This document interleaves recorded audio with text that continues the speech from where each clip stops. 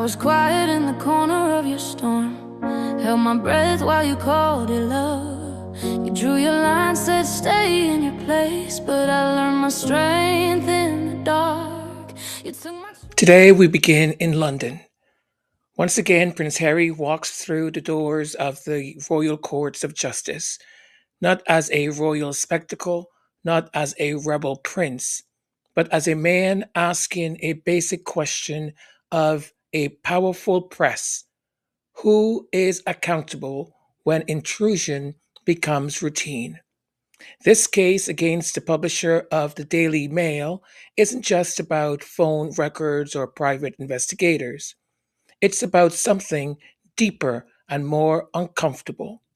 The idea that certain institutions, media included, have long believed some lives are simply fair game.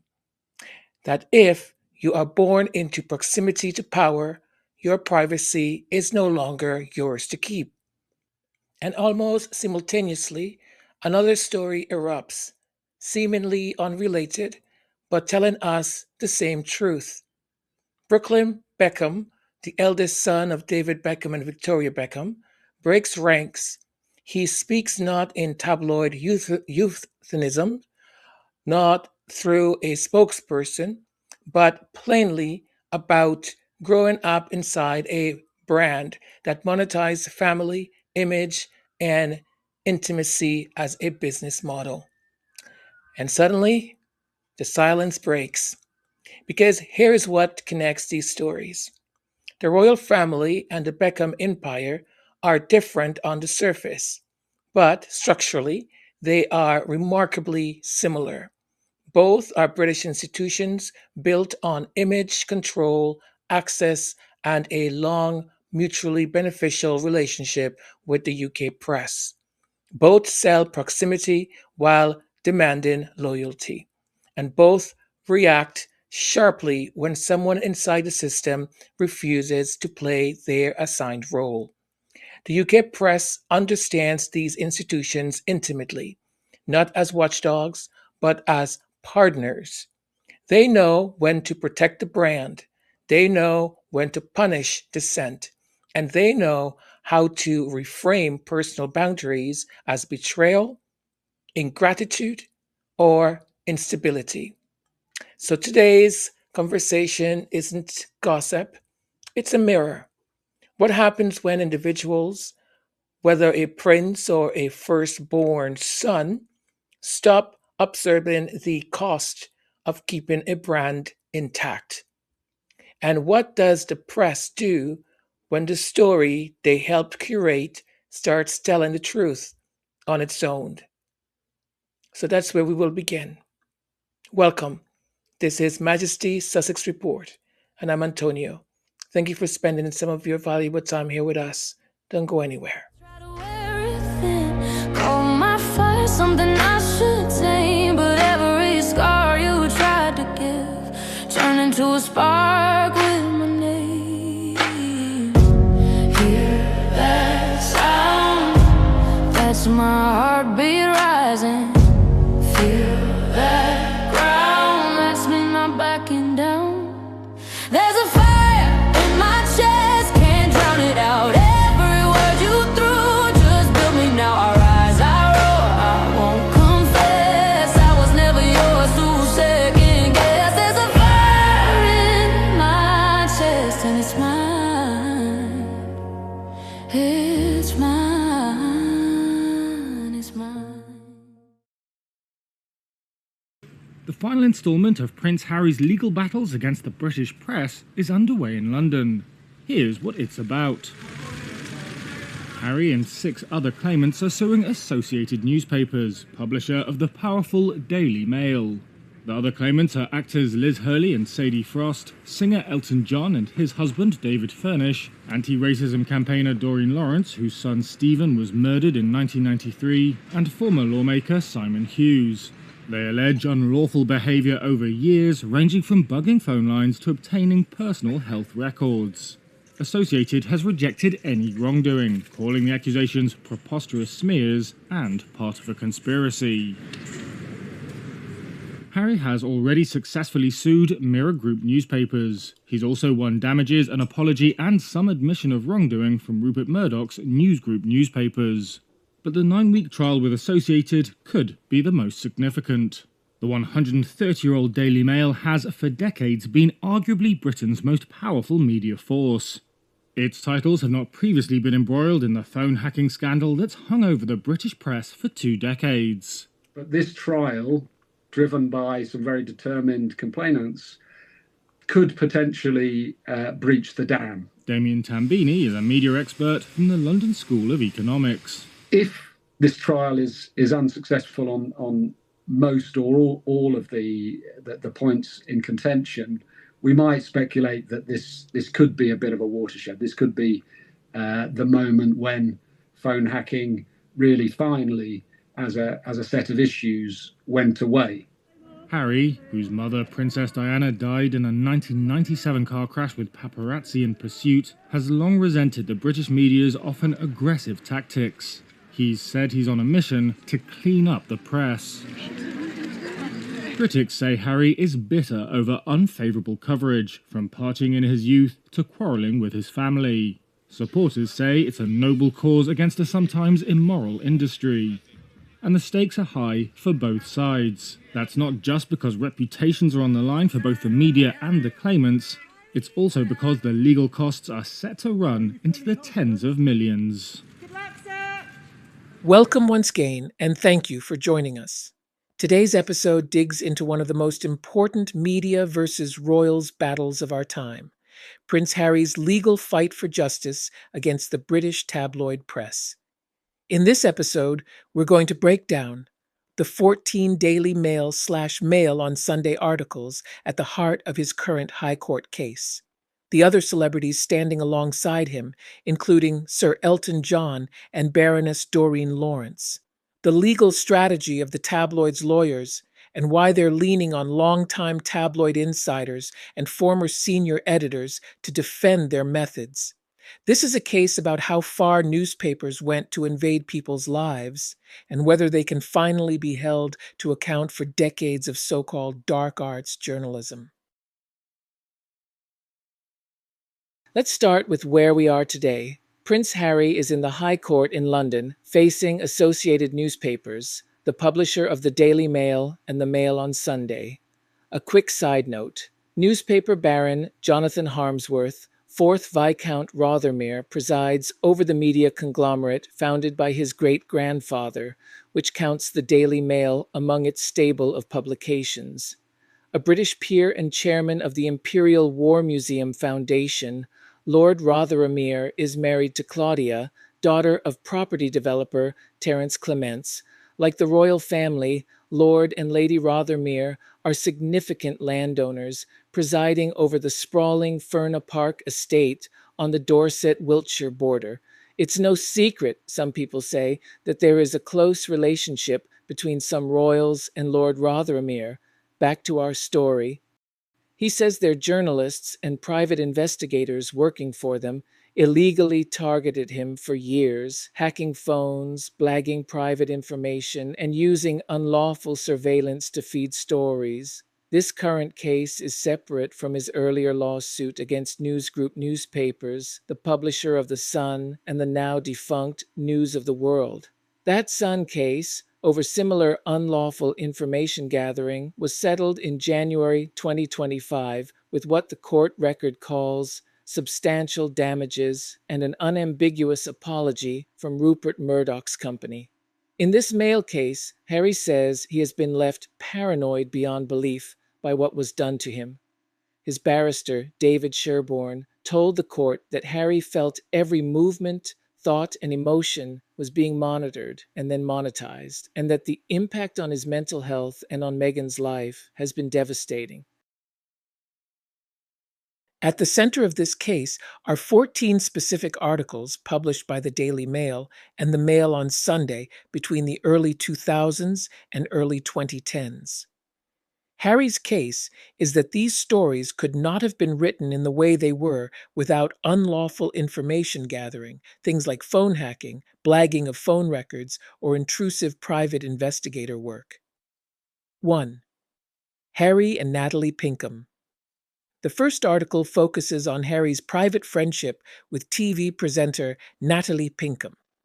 It reports on late-night calls, messages, and the tenor of their relationship in a way Harry says betrays access to his private phone data, not just innocent friends' gossip. 2-6. The early Chelsea-Davy relationship. The next cluster of articles are about his long-term relationship with Chelsea Davy, and they form a pattern. A piece revealing the then little-known relationship itself, how serious it was, and how often they were in touch. An article on a romantic holiday with Chelsea in Mozambique, complete with details of gifts, itinerary, and private moments on the trip. A story speculating on Harry's career and his relationship, spelling out Chelsea's alleged doubts and feelings about life in the Royal Goldfish Bowl. Coverage of a split and potential reconciliation, including claimed insider reasons for arguments and breakups that Harry says could only come from private communications. A piece mapping out private nights out in London with Chelsea, places, timings, and movements that Harry argues were so granular they exposed his security and suggest surveillance rather than random sightings. Together, Harry's team says these aren't just nosy relationship pieces. They are the visible tip of a much uglier iceberg of phone hacking and investigator work aimed at his private life. 7-8. Conversations about Diana's death photos.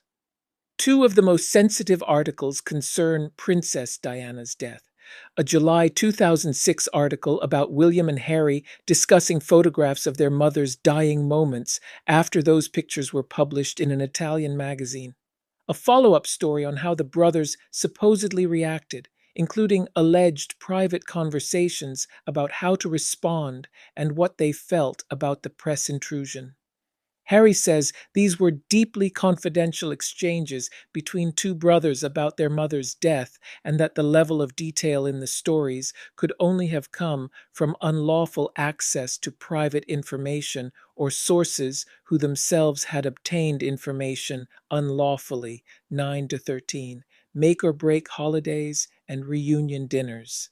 The next run of articles goes back to Chelsea and again shows a pattern of extraordinary detail. A December 2007 piece, often cited by headline, Harry takes Chelsea on make or break holiday, describing a trip to Africa, including Chelsea's supposed plans to leave university and move back to South Africa, and how that would affect the relationship.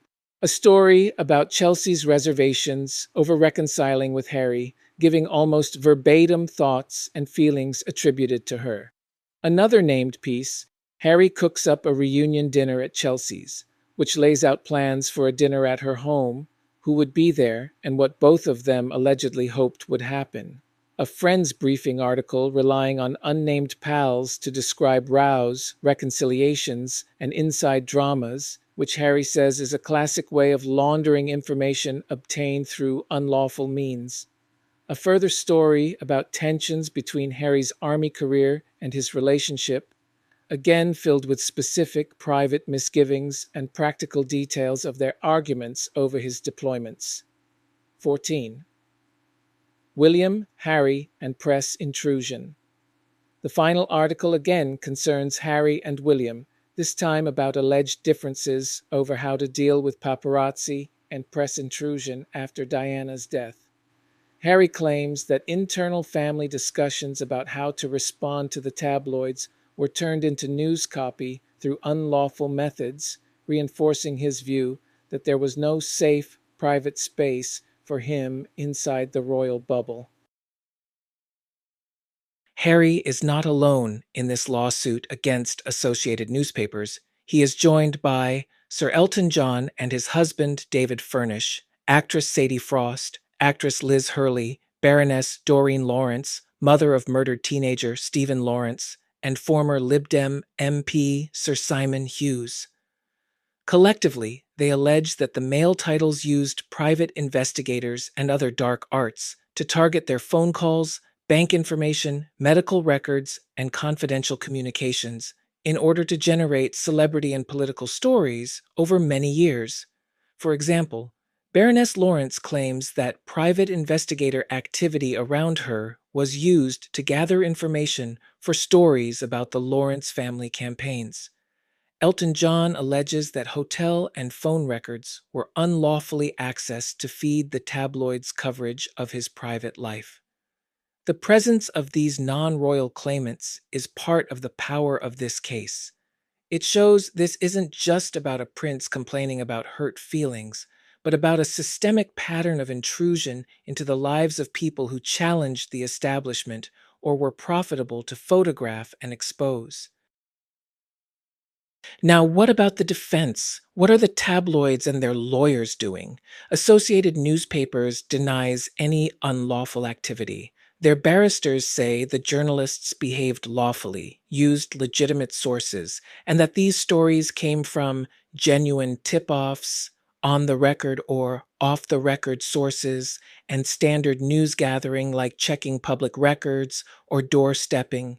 They argue that there is no concrete proof that any male journalist actually hacked Harry's phone or authorized illegal acts, and they accuse Harry's side of trying to relitigate old phone hacking history through speculation rather than evidence. To back this up, they have been calling and trailing senior editorial witnesses, longtime male journalists and executives, to say that their stories were legitimately sourced. On the Sun side, in Harry's earlier case against Newsgroup newspapers, the pattern was similar. NGN denied knowledge of hacking at the Sun, framed the issue as historic and limited to the closed news of the world, and relied heavily on former editors and executives to say any wrongdoing was not authorized at the top. In both sets of litigation, Harry's legal team has portrayed these veteran editors as part of the problem. People who ran newsrooms where dark arts were normal, but now present themselves as shocked and blameless. So, in narrative terms, the tabloid's strategy is normalize the journalism, insist it's just tough reporting, well sourced from contacts and friends, deny knowledge of illegality, say that if any bad practice happened, it was rogue, historic, and not authorized. Undermine Harry's credibility, suggest he's speculating, motivated by a vendetta against the press, and misremembering how stories were obtained.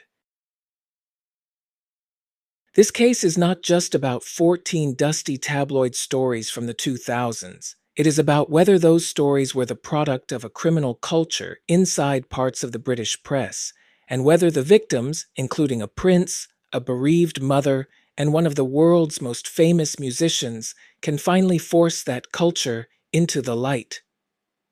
On one side, you have Harry saying he grew up believing he could not complain about the press because of the royal deal with the tabloids, and that this left him and Meghan exposed to abuse, racism, and harassment. On the other side, you have some of the most powerful newspapers in the country insisting they did nothing wrong and that their critics are overreacting.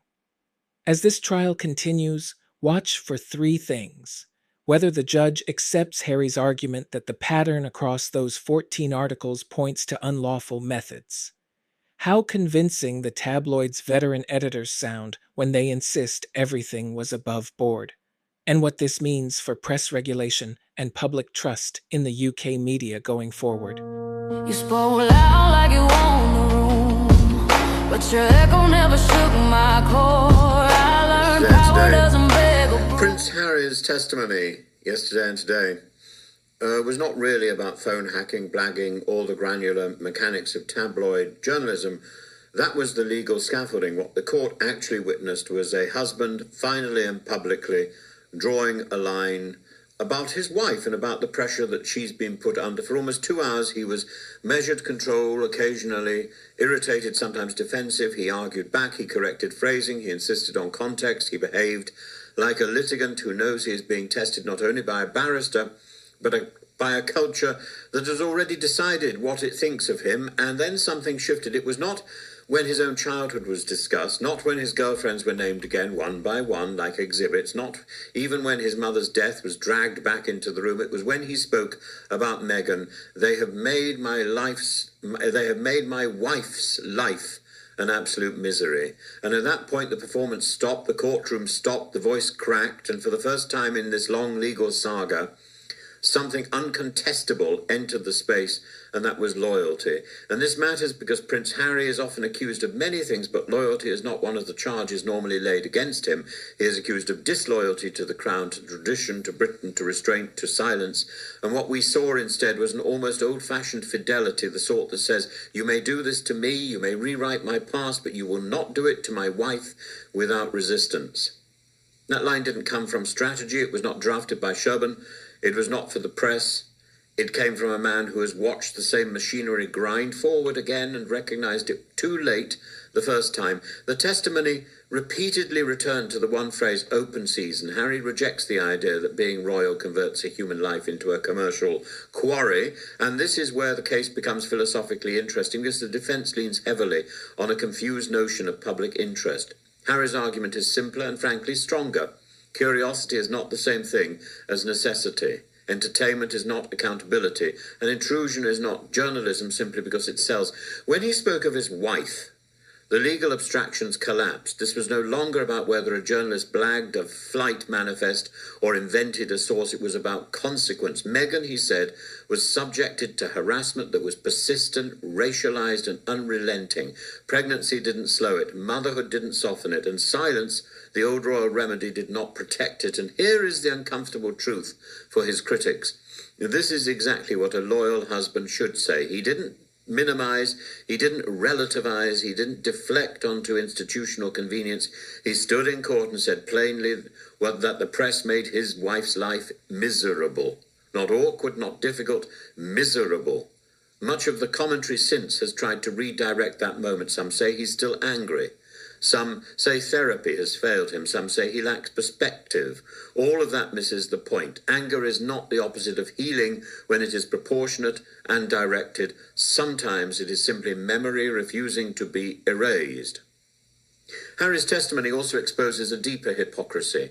He is criticized for speaking, yet blamed for not speaking sooner. He is accused of oversharing, yet told his silence proves consent. He is mocked for invoking trauma, yet condemned not for transcending it neatly enough for public comfort. The truth is simpler.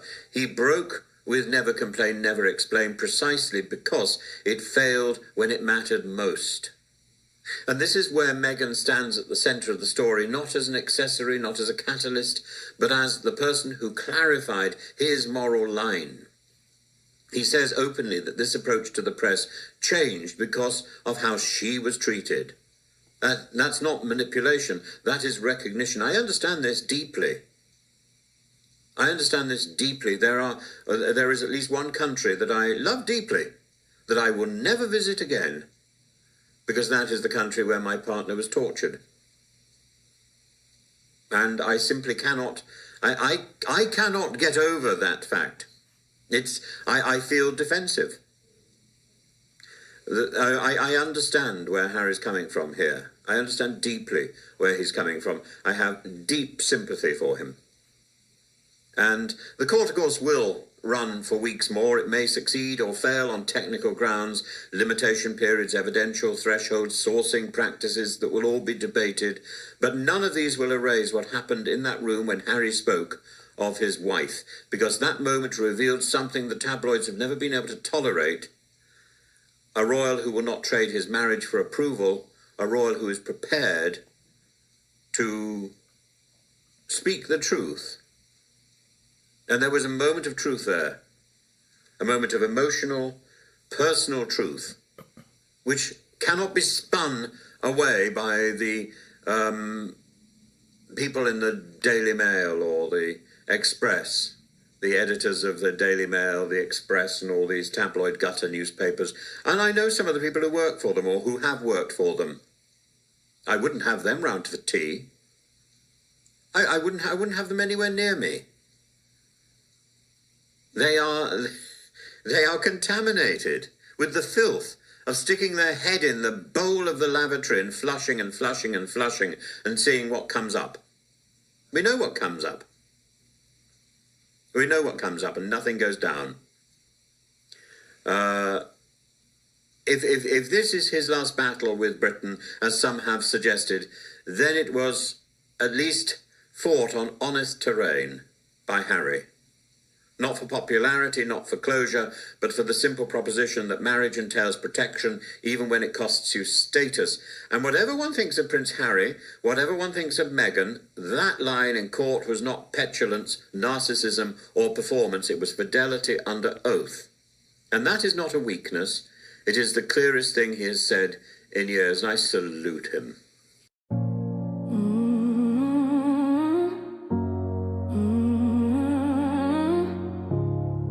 Of everything I've seen, heard, read today, perhaps Professor Tim Wilson is the best, and I couldn't agree with him more. Thank you, Professor. And now we move into our next story. Here we go. I said stay in your place, but I learned my strength in the dark. You took my truth, tried to wear it thin. Call my fire something Oh my bloody God. Gather round, my darlings. We need to fucking debrief. Firstly, I'm going to read his statement in full. This was posted on his Instagram stories. I have been silent for years and made every effort to keep these matters private. Unfortunately, my parents and their team have continued to go to the press, leaving me with no choice but to speak for myself and tell the truth about only some of the lies that have been printed. I do not want to reconcile with my family. I'm not being controlled. I'm standing up for myself for the first time in my life. For my entire life, my parents have controlled narratives in the press about our family. The performative social media posts, family events, and inauthentic relationships have been a fixture of the life I was born into. Recently, I've seen with my own eyes the lengths that they'll go through to place countless lies in the media, mostly at the expense of innocent people, to preserve their own facade. But I believe the truth always comes out. My parents have been trying endlessly to ruin my relationship since before my wedding, and it hasn't stopped. My mum cancelled making Nicola's dress in the 11th hour despite how excited she was to wear her design, forcing her to urgently find a new dress. Weeks before our big day, my parents repeatedly pressured and attempted to bribe me into signing away the rights to my name, which would have affected me, my wife, and our future children. They were adamant on me signing before my wedding date because then the terms of the deal would be initiated. My holdout affected the payday, and they have never treated me the same since. During the wedding planning, my mum went so far as to call me evil because Nicola and I chose to include my nanny Sandra and Nicola's nanny at our table because they both didn't have their husbands. Both of our parents had their own tables equally adjacent to ours. The night before our wedding, members of my family told me that Nicola was not blood and not family. Since the moment I started standing up for myself with my family, I've received endless attacks from my parents, both privately and publicly, that were sent to the press on their orders. Even my brothers were sent to attack me on social media before they ultimately blocked me out of nowhere this last summer. My mum hijacked my first dance with my wife, which had been planned weeks in advance to a romantic love song. In front of our 500 wedding guests, Mark Anthony called me to the stage where in the schedule was planned to be my romantic dance with my wife, but instead my mum was waiting to dance with me instead. She danced very inappropriately on me in front of everyone. I've never felt more uncomfortable or humiliated in my entire life. We wanted to renew our vows so we could create new memories of our wedding day that bring us joy and happiness, not anxiety and embarrassment. My wife has been consistently disrespected by my family, no matter how hard we've tried to come together as one. My mum has repeatedly invited women from my past into our lives in ways that were clearly intended to make us both uncomfortable. Despite this, we still travelled to London for my dad's birthday and were rejected for a week as we waited in our hotel room trying to plan quality time with him. He refused all of our attempts unless it was at his big birthday party with 100 guests and cameras at every corner. When he finally agreed to see me, it was under the condition that Nicola wasn't invited. It was a slap in the face. Later, when my family travelled to LA, they refused to see me at all. My family values public promotion and endorsement above all else. Brand Beckham comes first. Family love is decided by how much you post on social media or how quickly you drop everything to show up and pose for a family photo op, even if it's at the expense of our professional obligations. We've gone out of our way for years to show up and support at every fashion show, every party and every press activity to show our perfect family. But the one time my wife asked for my mum's support to save displaced dogs during the LA fires, my mum refused. The The narrative that my wife controls me is completely backwards. I've been controlled by my parents for most of my life. I grew up with overwhelming anxiety. For the first time in my life since stepping away from my family, that anxiety has disappeared. I wake up every morning grateful for the life I chose, and I've found peace and relief. My wife and I do not want a life shaped by image, press, or manipulation. All we want is peace, privacy, and happiness for us and our future family. There is so much to unpack here. Firstly, Brand Beckham has got to be losing their minds over this statement. And look, I don't know how this works. I can't imagine that Brooklyn would have just posted this on a whim, and I would have guessed he would have got legal advice before making these allegations so publicly on Instagram. I don't think it's a secret that we all know that Brand Beckham is a well-oiled machine. I'm personally not sure I believe that David and Victoria run their own social media accounts. And the Beckhams obviously have relationships with the press, with journalists, and like many celebrities, I'm sure they can plant stories, I'm sure they can call the paparazzi when they need them. And Brooklyn has gone right in kind of blowing all the rumours apart that we've been reading in the media about his wedding to Nicola. Because at the time, I don't know if you can remember in the press, it was very much painted out that Nicola was being difficult. Whereas Brooklyn's saying that Vicky decided to pull the dress at the last minute and then danced inappropriately on him at his wedding reception. What the fuck? The part where he's saying that his parents wanted him to sign away the rights to his name. I need a PR person to break this down for me, because what does that mean? Does that mean, copywriting his name or the use of his name for any, I don't know, future television shows, products, press stories? Because of course now his name is Brooklyn Peltz Beckham, not Brooklyn Beckham. He says in his statement, my holdout affected the payday and they haven't been the same since. Like, I can't get my little brain around it. Was it a payday to do with rights to imagery for him and Nicola's wedding? Like, your parents are wanting to own the right to your name for the rest of your life. Make it make sense. I mean, saying your mum danced inappropriately with you on your wedding when it was supposed to be your first dance is fucking scandalous. And look, like you, I don't know what to believe yet. My brain is boggling at the diabolicalness of this all, but Brooklyn saying that they went over for David's 50th and they were waiting in a hotel room for David to meet up with them. And he only wanted them there at his big birthday party. Do you remember the stories that came out around that?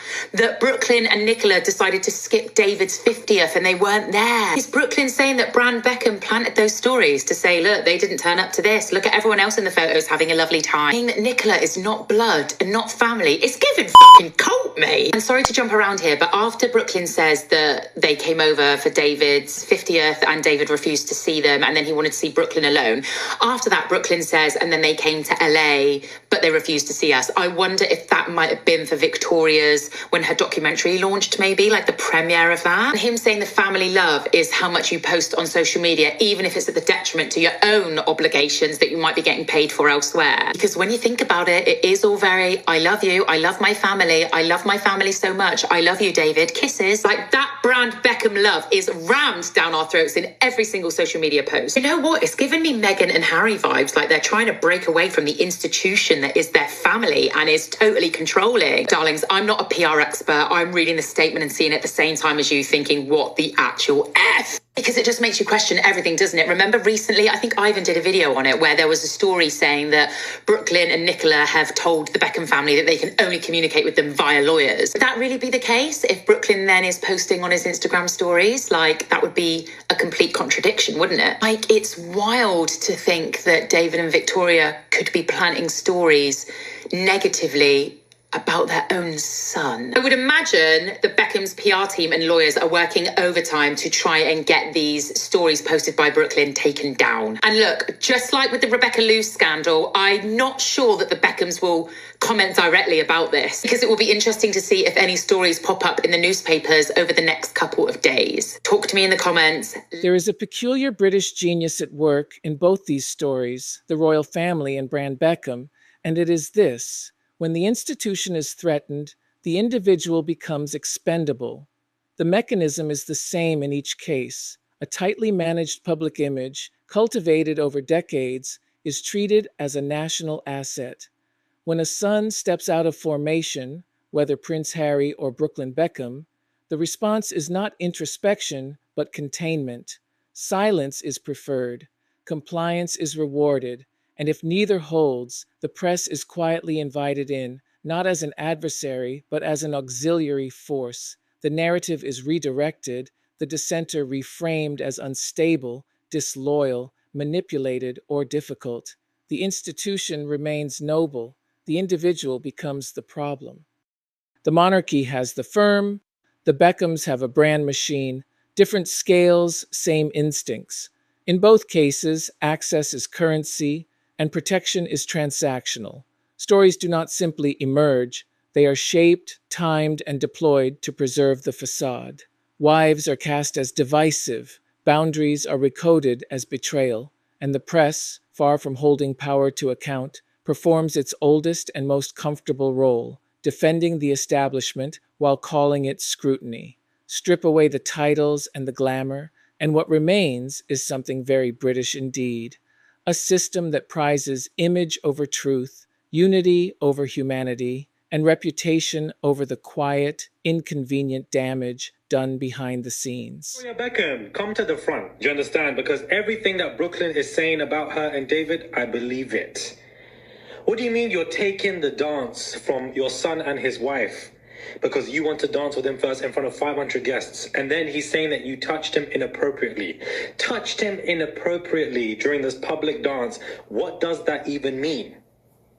I believe it. And then refusing for David to go see him when he came to go see him. I believe all of it. And that David only wants to see them when the cameras are up. One thing that Brooklyn did, when he said Brand Beckham, I said, you better eat. Bon appetit. What do you mean?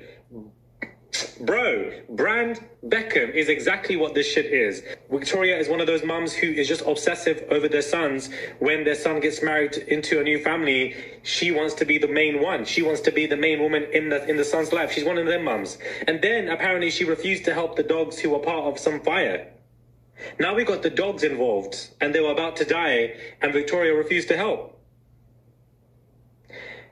I just want to know what's going on in that Beckham household because I know they're panicking right now. But everything Brooklyn is saying about his mum and dad, I believe it. Victoria Beckham. This is a phrase I've been seeing all over social media, and in any other context, in a romantic context, for example, we would see it as manipulation. But when it comes to family estrangement and how taboo and heavily stigmatized it is, we do not see it for what it is. The most important thing in the context of familial relationships is Brooklyn Beckham did not choose to be born, and therefore you cannot hold against him the fact that you have provided for him because it was your decision to bring him into this world. And as a result, it is your legal and moral responsibility to look after that child. It's not a debt to be repaid in terms of loyalty and blind obedience. And to use food, shelter, money, care as leverage is actually manipulation. Especially when you weaponize that leverage as access to that child. That child can both be grateful for all the things you've done for them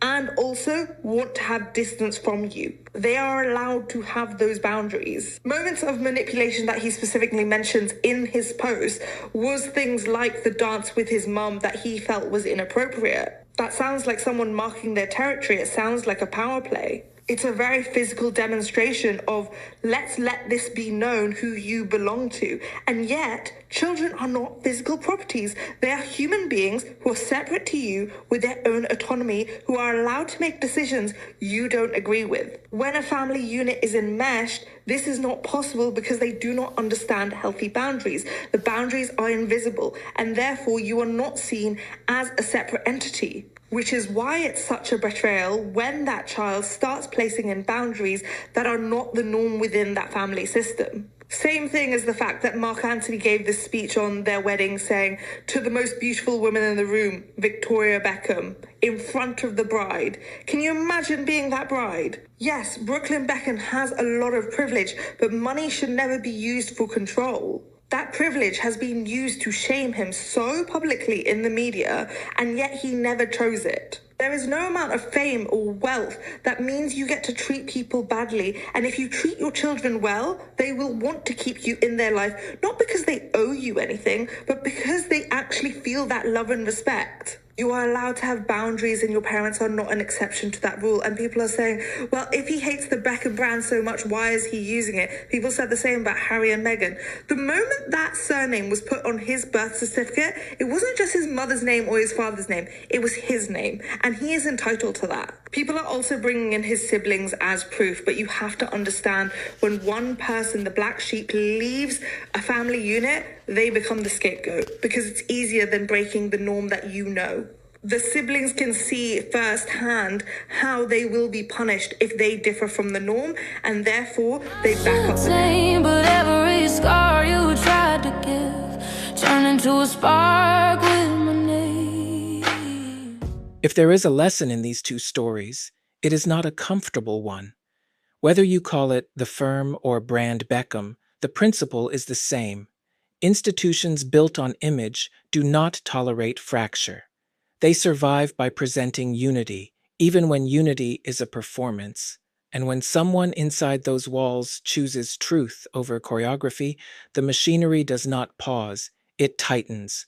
What Prince Harry and Brooklyn Beckham have done in very different ways is interrupt a system that depends on silence. They have refused to carry the emotional cost of keeping a brand intact. And notice what happens when that refusal occurs. The press does not ask what went wrong, it asks why now. It does not interrogate power, it interrogates motive. The institution is presumed stable, the individual is presumed suspect. This is not about royalty or celebrity alone. It is about a culture that mistakes reputation for virtue and confuses visibility with love. The media, which likes to imagine itself as adversarial, too often acts instead as a protective membrane, absorbing shock, deflecting blame, and ensuring the structure remains standing. And perhaps that is the real takeaway today. When institutions value image above people, someone eventually breaks the frame, not out of spite, but out of necessity. Truth, after all, has a habit of surfacing, not dramatically at first, but insistently, patiently, until pretending becomes harder than speaking. That is where we leave it, not with certainty, but with clarity.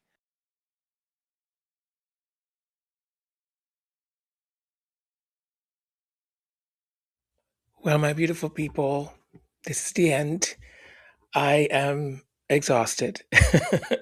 Maybe you are too, of listening to me all the time. But I really hope you've been informed or you've learned something from today's episode. And hopefully also brought some clarity in respect to what is going on with the trial, bringing all the parties and all the issues and so on together.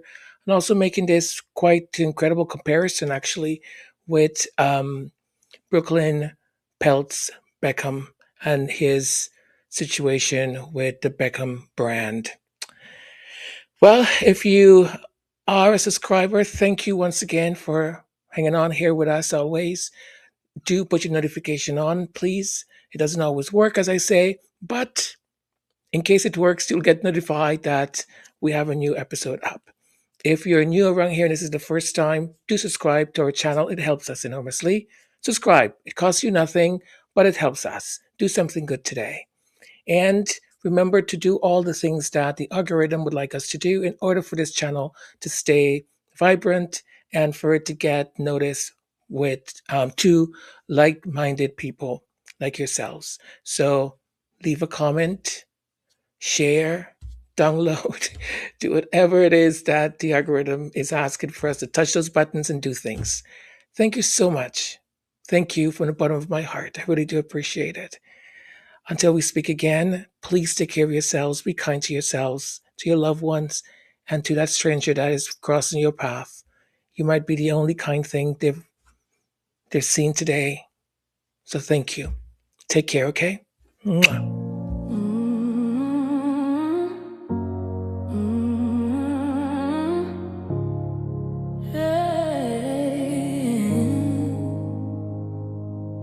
I was quiet in the corner of your storm, held my breath while you called it love. You drew your line, said stay in your place, but I learned my strength in the dark. You took my truth, tried to wear it thin, called my fire something I should tame, but every scar you tried to give turned into a spark with my name. Hear that sound? That's my heartbeat rising.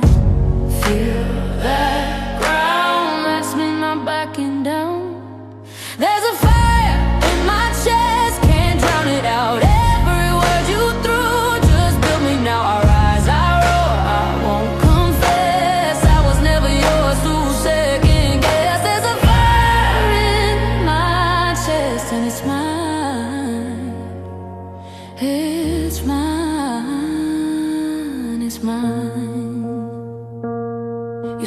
loud like you own the room, but your echo never shook my core. I learned power doesn't beg or bruise. We walked straight through the door. I stood still while the walls closed in. Let the silence teach me who I am. Now every step I'm taking says I don't need your permission to stand. Hear that sound? That's the truth igniting. Feel that ground? That's me claiming ground. There's a fire in my chest, can't drown it out.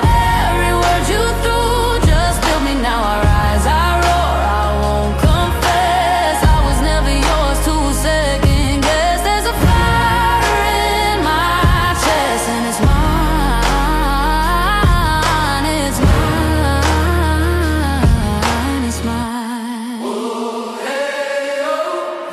You thought I'd break, you thought I'd bend, but I was forging steel within. What you called ruin, I called free. What you called silence, I called